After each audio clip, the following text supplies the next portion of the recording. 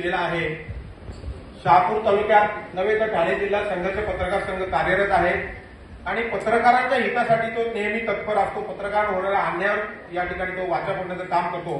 त्याचबरोबर तालुक्याची समस्या आणि प्रश्न सोडवण्यासाठी तसेच सामाजिक उपक्रमामध्ये सुद्धा पत्रकार संघ कार्यरत आहे. त्यातलाच एक भाग म्हणजे हा वह्या वाटपाचा कार्यक्रम. विद्यार्थ्यांना शालेय वस्तू साहित्य वाटण्याचा कार्यक्रम हा घेण्यात येतो. मी माझ्या पत्रकार संघाला एक प्रस्ताव टाकला. त्यांनी सांगितलं ठीक आहे आपण करूया. आणि त्यानंतर मी पहिले फर्टिलायझर सांगितलं की आपली शाळा घ्यावी. दरवर्षी मी माझ्या शाळेला वह्या वाटतो, परंतु यावेळेस मी ठरवलं की संघर्ष पत्रकार संघाच्या वतीने वाटायचा. आणि मग ती संकल्पना मी सीमा मॅडम आहेत दिनकर मॅडम त्यांना फोन केला आणि त्यांना सांगितलं पटसंख्या द्या. त्यांनी तात्काळ शरप्पा माहिती लगेच दिली. एवढ्या तत्पर अशा शिक्षिका या आपल्या शाळेत आलेल्या आहेत. चांगलं बरं वाटलं. या ठिकाणी शाळेची प्रगती सुद्धा 100% मी बघितली आहे आणि आता त्यामध्ये अजून वाढ झाली माझ्या ज्ञानामध्ये, कारण चांगली माहिती या ठिकाणी भेटली. मगाशी बोराडे मॅडमचं सुद्धा मी कौतुकच केलं, कारण तालुका स्तरावर शाळा जबरदस्त करण्याचं काम त्यांनी केलेलं आहे. मी बघितले सांस्कृतिक कार्यक्रम. संघर्ष पत्रकार संघाच्या वतीनं कार्यक्रम आयोजित करण्याचा विषय असा आहे की पहिली ग्रामपंचायत आपली वेळोली बुद्रुक शाळा मी घेतलेली आहे. त्यानंतर आपल्या ग्रामपंचायतीमधल्या सगळ्या ज्या शाळा आहेत त्या शाळांमध्ये मी संघर्षाच्या वतीनं आम्ही वह्या वाटप करणार आहोत. तर पुढच्या आठवड्यात तो सुरू करणार आहे कार्यक्रम. सुरुवात आम्ही वेळोलीपासून का करायची, तर आपला गाव सुरुवातीला केलं पाहिजे. कारण शाळेमध्ये आपण येताना जशा आपल्या कार्यक्रमाला चप्पल बूट आपण बाहेर काढून आलं तसे शाळेमध्ये राजकारण सुद्धा बाहेर काढून आणलं होतं.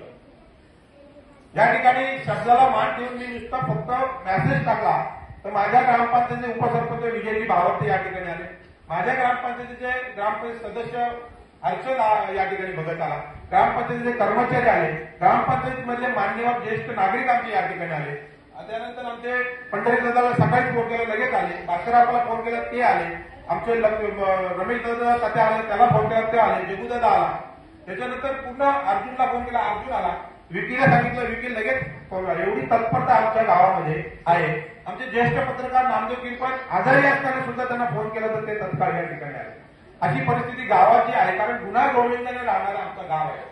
एखादा जर कार्यक्रम विकास करायचा असेल कार्यक्रम करायचा असेल तर गाव एक मताने सर्व असतो अशी परिस्थिती आहे. आज तुम्हाला पत्रकार आपण आलो आपल्याला चित्र समोर दिसलं असेल असं चित्र गावामध्ये आहे आणि त्याच अनुषंगाने शाळेची प्रगती सुद्धा दिसते.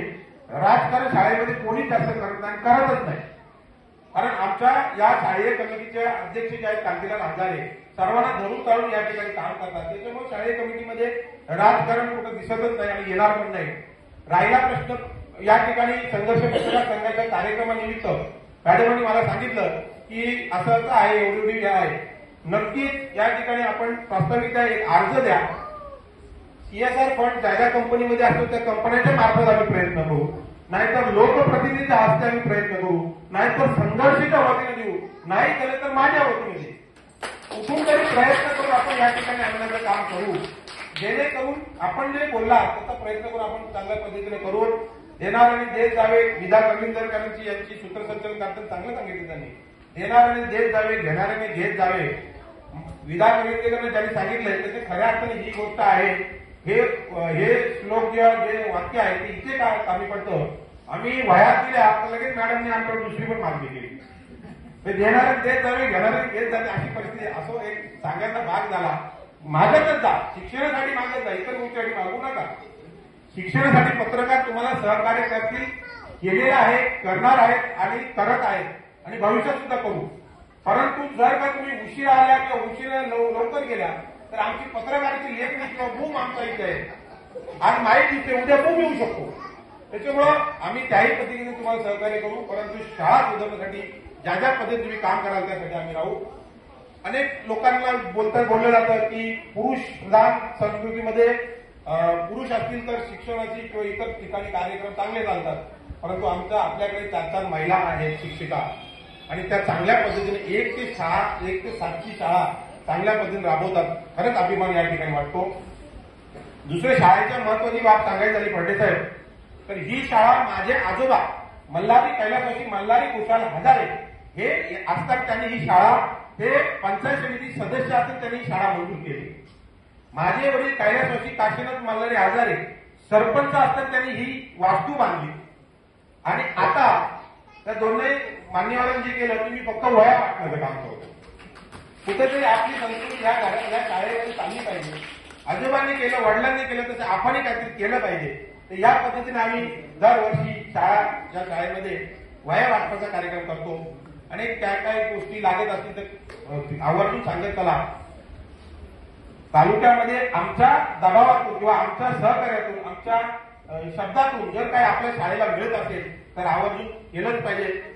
शिक्षण विभागामध्ये किंवा शैक्षणिक क्षेत्रामध्ये शासन निर्णय अनेक चालतात. आता बिंदू नामोलीचा काल तुम्ही विषय घेतला. या ठिकाणी जर शिक्षक कमी पडले तर तेही सांगा. आपण ग्रामस्थांच्या वतीने आंदोलन करू. यापूर्वी सुद्धा विजयजी चांगले आंदोलन या ठिकाणी झाली आहेत. ग्रामस्थांनी आंदोलन करून शिक्षकांना पुन्हा आणलेले किंवा टाळेबंद आंदोलन सुद्धा मागे शिक्षण कमिटीच्या आणि ग्रामस्थांच्या वतीने झालेलं आहे. असं एकजुटीनं या ठिकाणी कार्यक्रम करून एकजुटीनं या शाळेसाठी मेहनत घेऊन ही शाळा चांगल्या पद्धतीने कशी जाईल याचा आपण प्रयत्न केला पाहिजे. फुल ना फुलाच्या पाकळीच्या पद्धतीनं आम्ही या ठिकाणी विद्यार्थ्यांना वही, पेन आणि खाऊचं या ठिकाणी सुरुवात पण केलेली आहे. भविष्यात जसं जसं आम्हाला मिळेल तसं तसं माझ्या माध्यमातून, संघर्षाच्या माध्यमातून किंवा इतर माध्यमातून आम्ही आपल्या शाळेला आणण्याचं काम करू. आपल्या शाळेनंतर आपल्या ग्रामपंचायतीमध्ये सुद्धा कशा पद्धतीने करता येईल त्याचा प्रयत्न करू. कारण मला आनंद वाटतो सध्या ग्रामपंचायतीचा की विजयजी भावतेसारखे चांगले यंग तरुण पदाधिकारी, उपसरपंच या ठिकाणी आहेत. त्याच्यानंतर व्हीटी सारखा चांगला कर्मचारी आहे.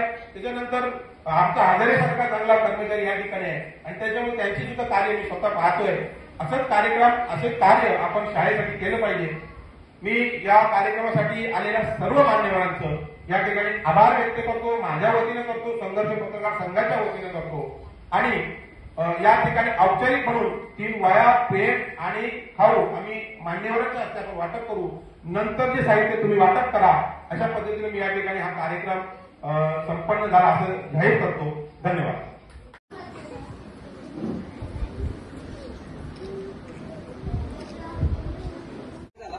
आज या ठिकाणी वेवली ग्रुप ग्रामपंचायत मधल्या वेवली गावातील जिल्हा परिषद शाळेमध्ये संघर्ष पत्रकार संघाच्या वतीनं वह्यांसह शैक्षणिक साहित्य वाटपाचा कार्यक्रम आज आम्ही या ठिकाणी घेतला. संघर्ष पत्रकार संघाच्या वतीनं हा कार्यक्रम आयोजित केला होता आणि या कार्यक्रमाला संघाचे सर्व पदाधिकारी या ठिकाणी उपस्थित होते. या कार्यक्रमाला गावातील ग्रामस्थ, उपसरपंच, सदस्य या ठिकाणी उपस्थित होते आणि चांगला असा कार्यक्रम या ठिकाणी आम्ही केला. गावच्या ज्या शिक्षिका आहेत त्यांनी सुद्धा या ठिकाणी आम्हाला सहकार्य करून हा कार्यक्रम घेण्यासाठी चांगलं सहकार्य केलं. शहापूर तालुक्यात संघर्ष पत्रकार संघ कार्यरत आहे, ठाणे जिल्ह्यात सुद्धा कार्यरत आहे आणि संघर्ष पत्रकार संघाच्या वतीनं पत्रकारांसाठी जर नेहमीच तत्परता असते, समस्या आणि प्रश्न पत्रकारांना सोडवण्यासाठी मेहनत घेते संघर्ष पत्रकार संघ. त्याचबरोबर सामाजिक कार्यक्रमात सुद्धा या ठिकाणी सहभाग घेते. त्याचाच एक उपक्रम म्हणून या ठिकाणी हा वह्या वाटपाचा कार्यक्रम या ठिकाणी घेण्यात आला. चालू वर्षी संघर्ष पत्रकार संघाच्या वतीनं शाळेतील विद्यार्थ्यांसाठी वह्या वाटपाचे कार्यक्रम आम्ही हाती घेतले आणि अनेक शाळांमध्ये हे कार्यक्रम आम्ही घेणार आहोत. संघर्ष पत्रकार संघाच्या वतीनं झालेल्या कार्यक्रमाला आणि आलेल्या सर्व मान्यवरांचे या ठिकाणी मी आभार व्यक्त करतो.